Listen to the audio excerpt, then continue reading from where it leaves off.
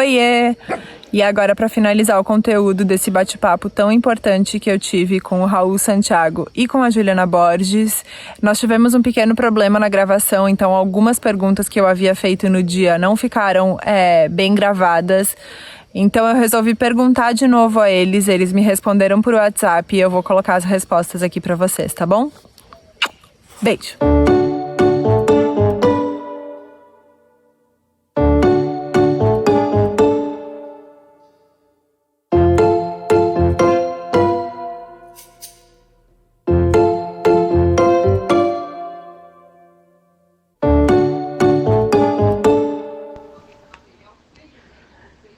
Infelizmente, a ação da polícia nas favelas, que em teoria deveria ser em prol da segurança pública, acaba aumentando mais a realidade da violência. Isso por vários contextos, né? Primeiro, porque historicamente a principal política pública pensada para as favelas e periferias sempre chega através da Secretaria de Segurança, tendo na ponta a polícia, ou seja, nossos governantes dialogam conosco e nos observam a partir da mira do fuzil de um policial.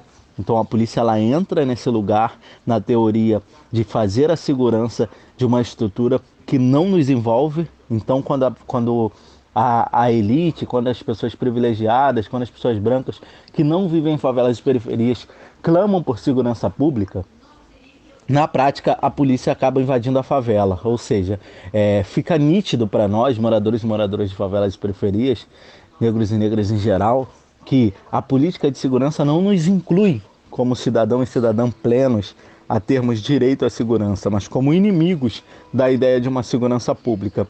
E isso é aplicado através da ideia de guerra às drogas, né? Porque quando a gente pensa a atual política sobre drogas, que é unicamente pautada na estratégia de guerra às drogas, o enfrentamento, a violência dessa ideia de guerra às drogas, na palavra guerra, a gente tem um recorte racial, a gente tem um recorte desigual. Guerra está para a população negra periférica favelada, enquanto drogas estão em todos os espaços. Então a gente não discute uma outra política sobre drogas que não seja a de violência, aprisionamento e extermínio de corpos negros e pobres, mas declaramos guerra a espaços específicos. Então não existe essa ideia de guerra às drogas quando há corpos específicos, territórios específicos ou pessoas específicas que vão viver, experimentar ao longo da sua vida essa ideia da guerra enquanto drogas circulam por todos esses ambientes. Assim como é importante disputar outras narrativas sobre essa atual política sobre drogas, porque quando a gente pensa que a principal política pública para as favelas chega nessa lógica da guerra às drogas e algumas consequências existem por conta dessas ações, uma delas que eu destaco é a ideia da chamada bala perdida.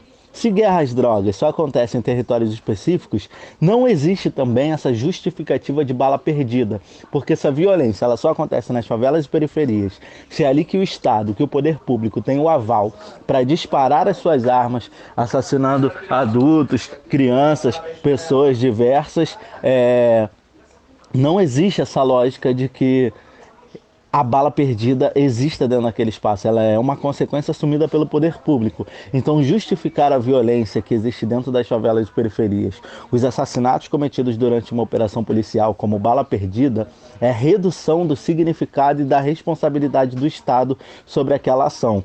Redução da responsabilidade e redução do significado da vida de uma pessoa negra periférica e favelada. Nesse momento de pandemia global, por exemplo, no mês de abril, 177 pessoas foram assassinadas pela Polícia Militar do Rio de Janeiro. Esse número é 43% maior do que o mesmo período do ano passado sem pandemia. Então, por si só, isso já é um dado gravíssimo de como essa ideia, de como a principal política pública que chega para as favelas é nessa lógica da segurança, mas essa lógica não nos inclui como pessoas a serem asseguradas, mas como inimigos e inimigas de uma ideia de segurança. Ou seja, usa-se a estrutura da segurança pública para controle violento e criminalização das populações negras, periféricas e faveladas. Tem uma frase do Malcolm X em um dos seus discursos em que ele questiona o fato da coincidência de nos territórios onde há mais presença da polícia serem os territórios mais violentos. Não como uma ação de presença da polícia a partir das demandas dessas comunidades para enfrentar a violência, mas de um processo de que a presença ostensiva da polícia é que traz como consequência essa violência nesses territórios. E ele faz essa colocação para apontar como essa instituição, né, como essa corporação, ela é constituída com fins de controle e repressão de determinados grupos sociais. Então, acho que quando a gente vai pensar em segurança pública, a gente vai pensar em polícias, a gente precisa pensar na sua constituição, né, na origem do surgimento dessas polícias, nas discussões que a gente faz de uma segurança pública que cada vez menos se utiliza de ferramentas de mediação de conflitos e cada vez mais se utiliza de ferramentas e tecnologias de repressão. E isso vai trazer consequências, obviamente, nas periferias, nas comunidades e nas favelas. Quando a gente vai repensar uma segurança, eu acho que a segurança pública, né? O nome, chega a ser até ter um pouco de contradição, isso é até um pouco engraçado, né? Mas a gente precisa pensar numa segurança comunitária em que os civis, né, como a gente diz, em que a sociedade civil, ela tenha não exerça apenas controle externo dessas polícias, mas como elas participem de todo o processo constituidor dessas corporações, né? Acho que tem um exemplo agora, a partir das mobilizações nos Estados Unidos, sabendo das diferenças, mas acho que a gente pode pensar em exemplos para pensar a nossa realidade, de que as mobilizações em Minneapolis fizeram com que o Conselho da cidade resolvesse dissolver o Departamento de Polícia e refundar a ideia de segurança e a ideia de polícia junto à sua comunidade, né? E a gente pode acompanhar essa experiência, e isso tudo vai ser fruto, obviamente, de uma disputa política dessas pessoas, da garantia e da manutenção da organização e da mobilização das pessoas e dos ativismos para disputar esse processo, para que a gente tenha uma experiência de uma polícia, de um policiamento ou de uma segurança que seja comunitária e que tenha na mediação, né, de conflitos uma atuação central, e que não tenha, se desvencilhe dessa ideia de policiamento ostensivo e de enfrentamento a um inimigo interno, né, que é criado, obviamente, para garantir essa lógica da violência.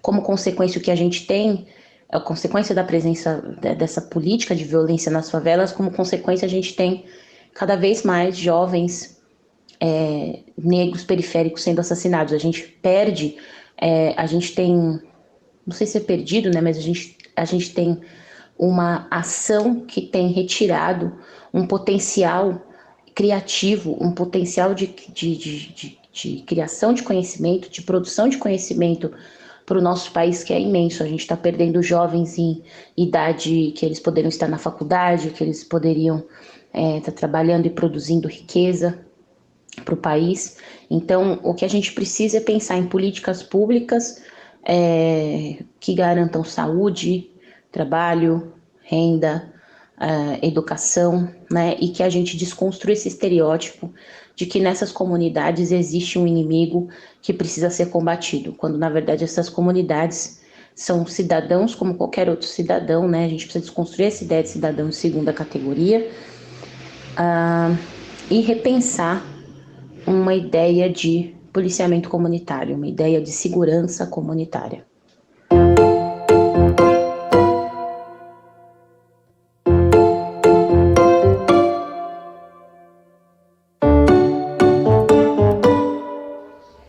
A pandemia nas favelas e periferias tem como principais efeitos a ampla exposição e aumento da desigualdade, né? Historicamente, favelas e periferias já vivem do lado desigual da desigualdade do nosso país. Isso se acentuou muito nesse momento da pandemia, chegando a níveis absurdos, inclusive de trazer de forma massiva a fome como mais uma realidade da pessoa pobre, moradora de favela e periferia do Brasil.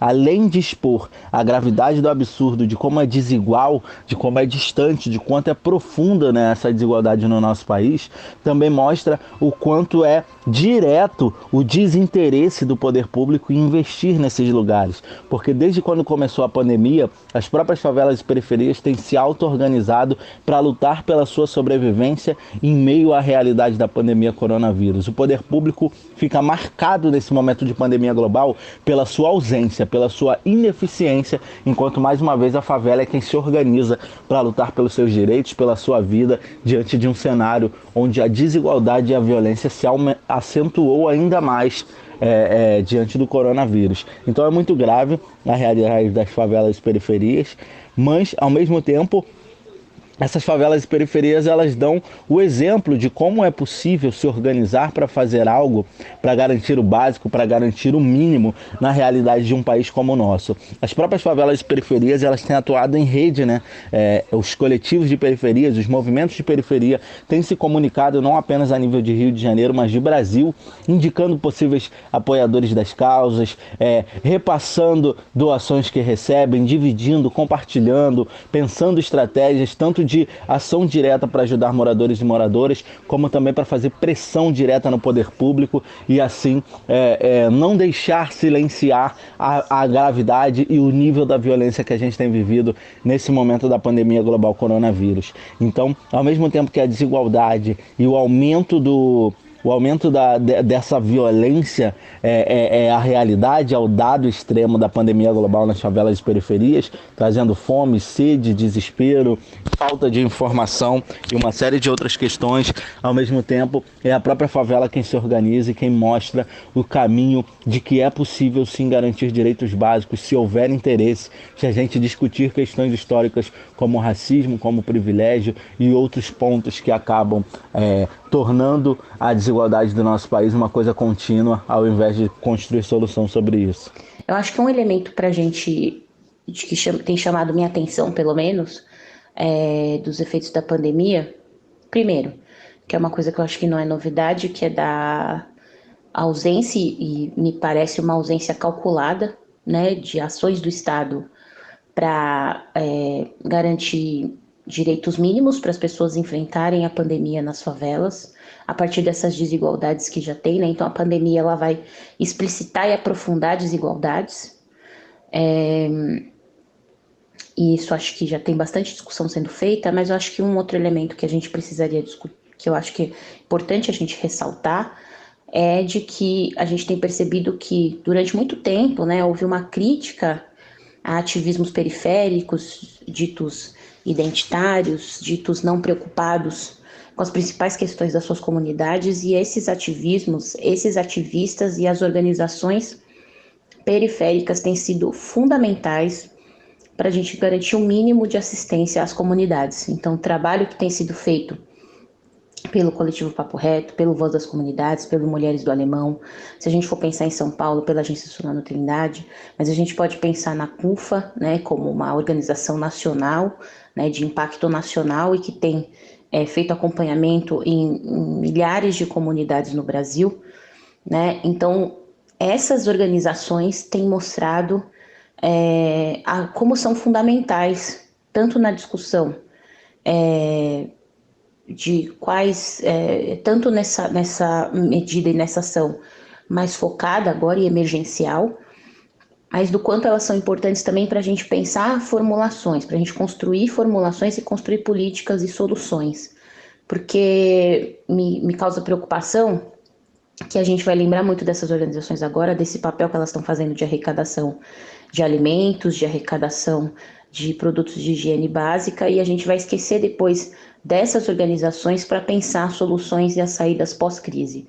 Não dá para pensar essas soluções se não tiver a participação direta dessas organizações no cotidiano da decisão das políticas, sobre as cidades, das políticas sobre o país, né? Então, eu acho que tem um efeito negativo, que é objetivo, é direto, que mostra uma ausência calculada, que é uma ausência política do poder público, né? Seja na saúde, seja nessa emergência de auxílio econômico, mas também tem mostrado que que já existe um trabalho sendo feito, que não é novo, que não começou com a pandemia, que foi intensificado na pandemia e que precisa estar na mesa das decisões de políticas daqui para frente. Não dá mais para ignorar a importância da atuação desses ativismos e dessas organizações periféricas na construção de políticas e na construção de saídas e alternativas para a gente enfrentar desigualdades no país.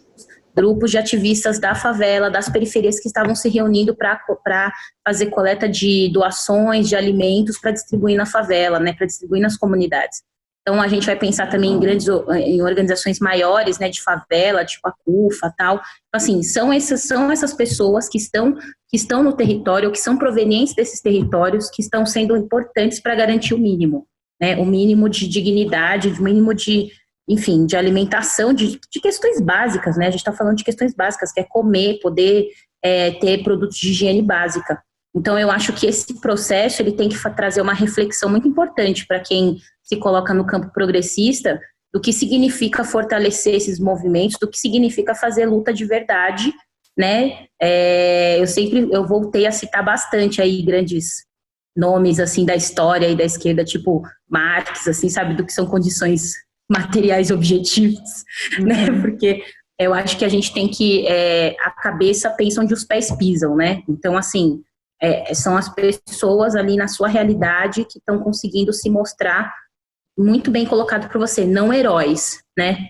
Mas as pessoas que estão pensando realmente no que está acontecendo nos territórios e estão buscando, de fato, soluções reais e objetivas para esses problemas, né? Então, acho que a gente nem tinha pensado em entrar muito numa coisa de pós-pandemia, né, Mônica? Mas eu acho interessantíssimo. um pouco isso, né? Tipo, como a gente fortalece...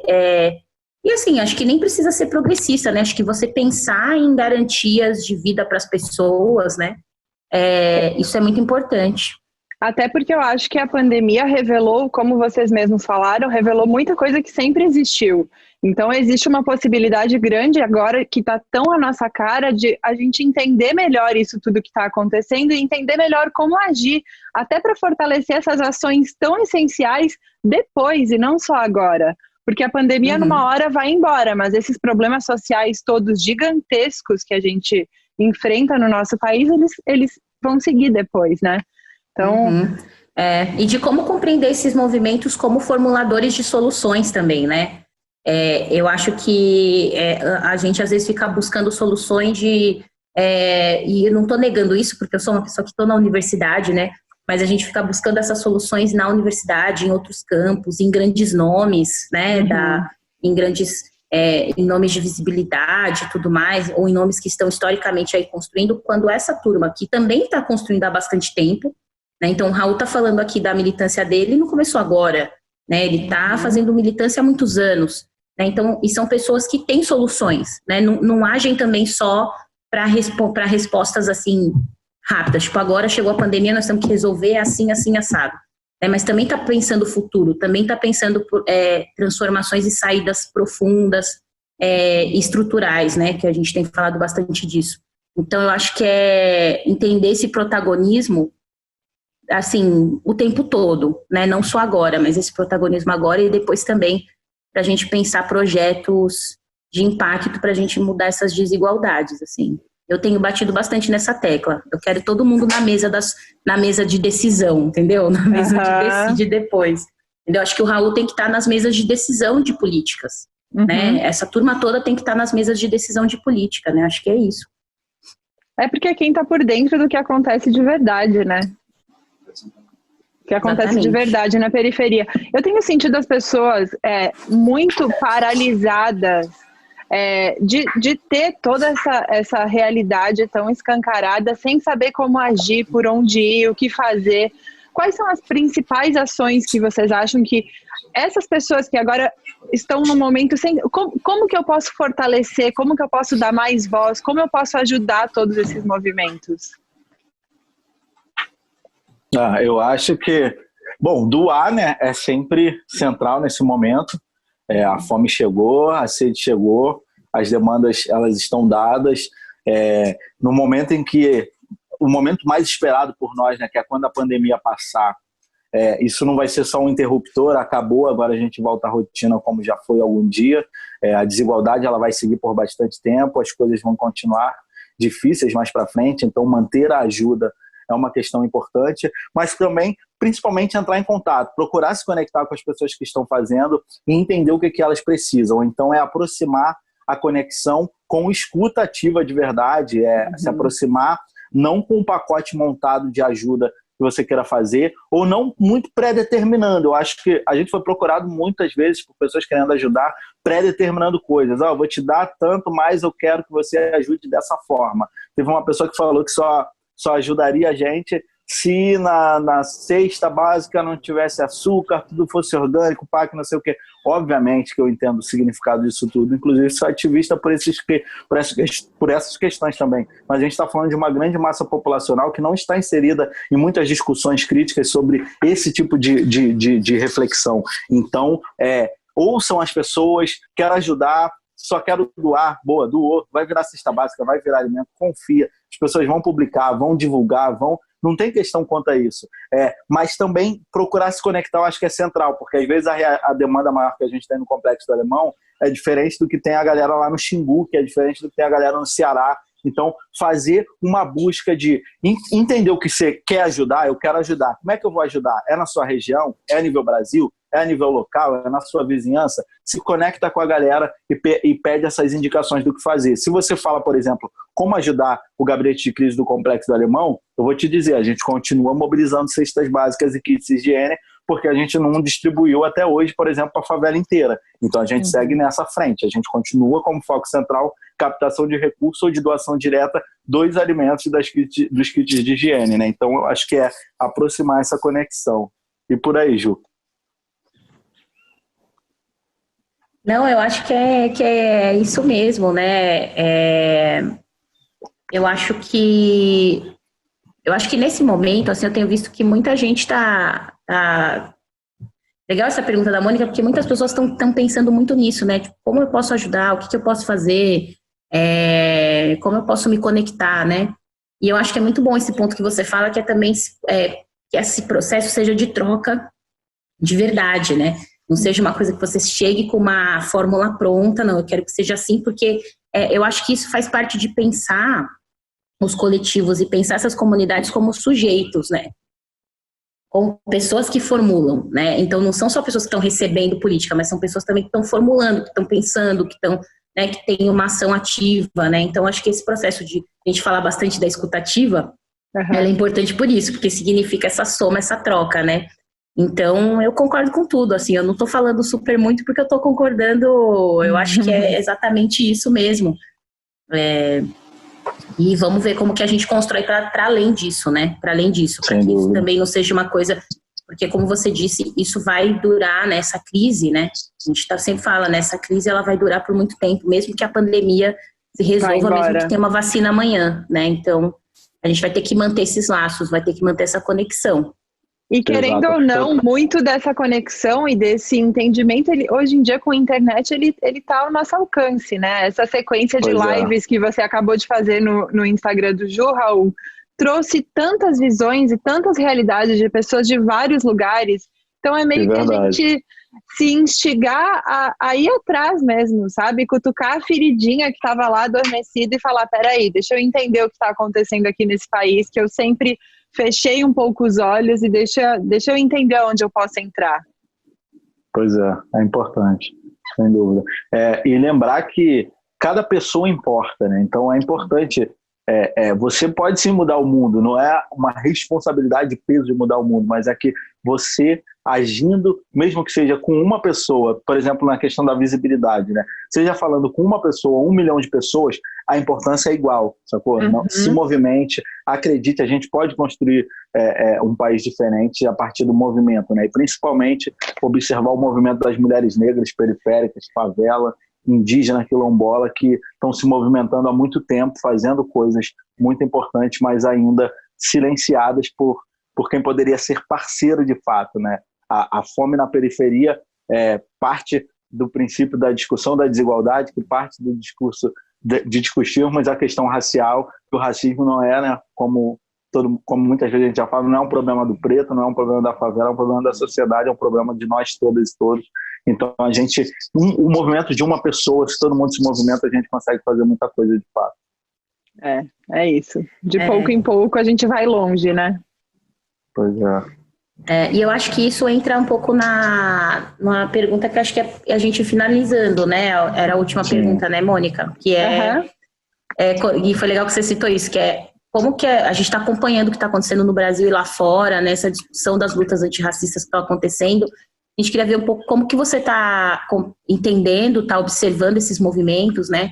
E Maravilha. quais têm sido essas mobilizações e como a gente pode fazer, assim, a gente fala muito que não basta ser contra o racismo, tem que ser antirracista, e aí isso acaba fazendo com que as pessoas perguntem, mas então como que eu sou antirracista, né? Então, assim, quais são as ações também que as pessoas podem começar a colocar em prática para fortalecer essas lutas? Bom, acho que de imediato todo mundo tem que seguir a Juliana Borges, ler o que ela está escrevendo, né? É central, é fonte de inspiração. Já tá e o aqui Raul com a gente também. Na live. É um dos grandes caminhos. Mas eu acho que é isso, cara. É todo mundo entender, né, que a gente vive ainda assim num país de bases estruturantes racistas. Isso é um dado, não é uma loucura, não é é o que é. E aí, a partir disso, a gente entender, sabe, principalmente quem vive privilegiado, pessoas brancas, que elas se beneficiam da estrutura desse país, enquanto outras pessoas, uma grande massa sofre violência, essas pessoas se beneficiam com isso, e entender que o seu movimento ele pode transformar de fato, repensar privilégio, entender que não existe essa ideia de meritocracia, e sim de privilégio, a gente está falando de privilégio, não de mérito, numa estrutura de país totalmente racistas, né? Então, abrir espaço para outras vozes é importante, como a gente está fazendo, né? Não significa não estou levantando a sua voz, estou cedendo um espaço porque a sua voz já existe, né? Então, é a valorização da pessoa na sua integridade total, nos seus vários significados, como alguém que importa. É a gente discutir uma outra política sobre drogas, é a gente, né, discutir a questão do abolicionismo penal e todas as questões relacionadas ao sistema de prisão do nosso Brasil, que está totalmente ligado ao estereótipo racista, e entender que cada país tem realidades diferentes, né? O que aconteceu com George Floyd nos Estados Unidos se equivale ao que aconteceu com João Pedro no Brasil, apenas porque foram pessoas assassinadas por uma estrutura de polícia que perpetua questões raciais, que é totalmente violenta com pessoas específicas, mas os movimentos têm as suas diferenças, se inspiram, têm suas potências, mas não são a mesma coisa. A realidade do Brasil não é a mesma realidade do Rio de Janeiro, né? O processo da ideia de abolição dos Estados Unidos é diferente do que aconteceu aqui. A gente vive esse processo da abolição inconclusa, nunca discutimos a fundo o significado disso tudo. Há o apagamento histórico até hoje das vozes pensadoras, inteligências de pessoas pretas, né, que construíram a história do nosso país, mas salve, a gente tem Juliana Borges, a gente tem Conceição Evaristo, a gente tem tantas pessoas ainda em vida, né, reescrevendo e multiplicando esses saberes. Eu acho que ouvir essas pessoas é central mais do que tudo. Tem muita gente produzindo conteúdo importante. Segue o Guelé 10, que é uma referência de trabalho também, como referência para a gente beber dessa fonte e entender esse novo Brasil, mas buscar a realidade da história do Brasil, né? É importante as conexões, a gente tem muito contato, por exemplo, com Black Lives Matter em vários estados americanos, mas é outra coisa. O que acontece nos Estados Unidos, o que acontece no Brasil, o racismo é central, mas os formatos de enfrentamento e as realidades históricas do país, elas são diferentes. Então, as lutas até se inspiram, mas as práticas iniciais são outras. Quer falar alguma coisa, Ju? Você quer referência? Não, eu acho que é isso mesmo. Você diz exatamente, acho que é isso mesmo. Existe muito uma cobrança, né, do porquê tem esses levantes lá fora e não tem aqui, né? Quando a galera tá se levantando todo dia. Eu me perguntei para as pessoas, né, quando vocês chamaram os atos no Rio de Janeiro, os atos aqui em São Paulo, onde vocês estavam? Estava todo mundo perguntando por que não tinha movimento aqui como tinha lá, né? Então, assim, como que você constrói essas lutas, né? Então, eu acho que é exatamente isso que você falou, é entender essas dinâmicas e fortalecer um movimento negro e movimento periférico e popular que já acontece aqui no Brasil há muito tempo. E a pergunta direciona muito sobre quem é você na sociedade, né? Quando a gente estava organizando aquela manifestação, tipo assim, as pessoas ficaram perguntando como assim vocês vão fazer um protesto em meio à pandemia? Ao invés de perguntar por que em meio a uma pandemia, vocês estão tendo que sair às ruas, né? Então, a pergunta diz muito sobre os fatos. Total. Exatamente. Total. Gente, eu tô muito honrada de receber vocês aqui mesmo. Sigam Bom o Raul, demais. sigam a Ju, leiam Encarceramento em Massa, acompanhem Urgente. o trabalho deles. Eu desejo que o ativismo de vocês ele tenha cada vez mais voz e saibam que eu tô aqui sempre para multiplicar de todas as formas possíveis. Obrigada pelo trabalho de vocês e parabéns e obrigada mais uma vez. Obrigada por São Tamo junto. demais. Tô fã. Raul, Mônica, se obrigado, cuide. viu? Maravilhosa, Ju, você é maravilhosa, sou seu fã demais, Maravilhosa. tamo junto. Eu Espero sou que a gente sua se fã. encontre logo, né, que essa pandemia Por passe pra favor, por gente favor. se unir aí na luta. Tamo junto. Fechado. Obrigado Tamo demais. junto, junto. gente. Obrigada, Até viu? logo. Tchau, Um tchau. beijo. Tchau, Beijo. tchau. Beijo.